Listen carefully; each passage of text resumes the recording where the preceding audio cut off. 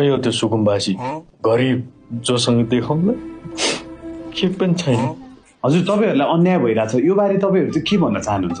हामी गरिबलाई कम त गाह्रो छ, एउटा लेभल हुन्छ नि लजमा राख्ने रे 5 स्टारसम्म भए पनि ठिक थियो। न काठमाडौँमा जग्गा छ, गरिबलाई साह्रै गाह्रो छ। हजुर पसलमा 5 जना, ओहो 5 जनाले पुग्दैन नि त, अर्को बस्ती पनि बसाल्नु छ नि त। त्यहाँ यस्तो पुरानो फोन चलाउनु परेछ। 3 महिना भयो हेर्नु त। तपाईको जग्गा छन चाहिँ कता छ भन्दिनु त मलाई। ललितपुरमा छ हजुर, त्यही पनि कहाँ कुनामा, नाम नै एकान्त कुना। त्यस्तो विकट ठाउँमा 6 रोपनी जग्गा छ।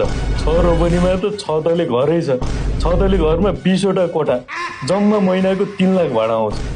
यस्तो महँगाईमा मैले के गर्ने त जाब 3 लाख। हजुर म त रुकुमको, त्यही पनि 3000 नि कमै छैन भनेपछि त असली सुकुम्बासी त म हो कि क्या हो? कस्तो कुरा गरे तपाईले?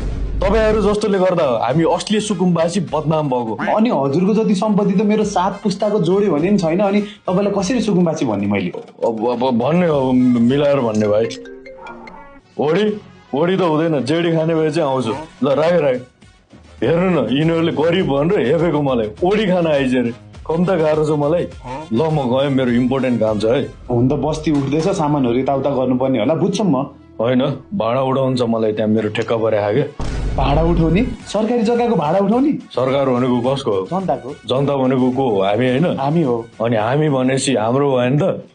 बुझ न यार, मिलाएर अहिले यहाँ ओठसम्म पनि जान्छ कि त्यहाँ गाडी लिनु। ए तपाईँ गाडीको त चिन्ता नलिनु क्या, त्यहाँ चोकमा रुटको गाडी पाउँछ, तपाईँलाई पठाइदिउँला नि म यार। ए भाइ कहाँ, मेरो आफ्नै गाडी छ हो, त्यही पनि सस्तो 60 लाखमा किनेको अस्ति।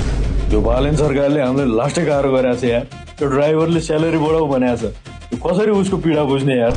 तपाईँको ड्राइभर पनि छ? ड्राइभर त राख्नै पर्यो नि यार। मेरो साथी त्यो तिलक पाण्डे काठमाडौँमा घर छ, के गर्ने फ्री टाइममा भनेर यसो आइज नि त मेरो गाडी साडी चला भनेको। तिलक पाण्डे? यु मिन मेरो ड्याडी? ए तिमी तिलक पाण्डेको पो छोरा हो? हामी बच्चैदेखिको साथी हो, त्यही त तिम्रो अनुहार मसँग किन मिलिरहेको छ भनेको यार। भन्नाले के भन्न खोज्नु भएको तपाईँले? मिलाएर बुझ न यार, खासै कमाइ धमाइ त छैन। ल यो औँठी हगै लाग्छ यार। ल म उठे। तपाईँ उठ्न लाउनु भएको? सुकुम्बासी कोठाबाट सांसदमा उठ्न लाग्यो भनेको, बुझी छोरा?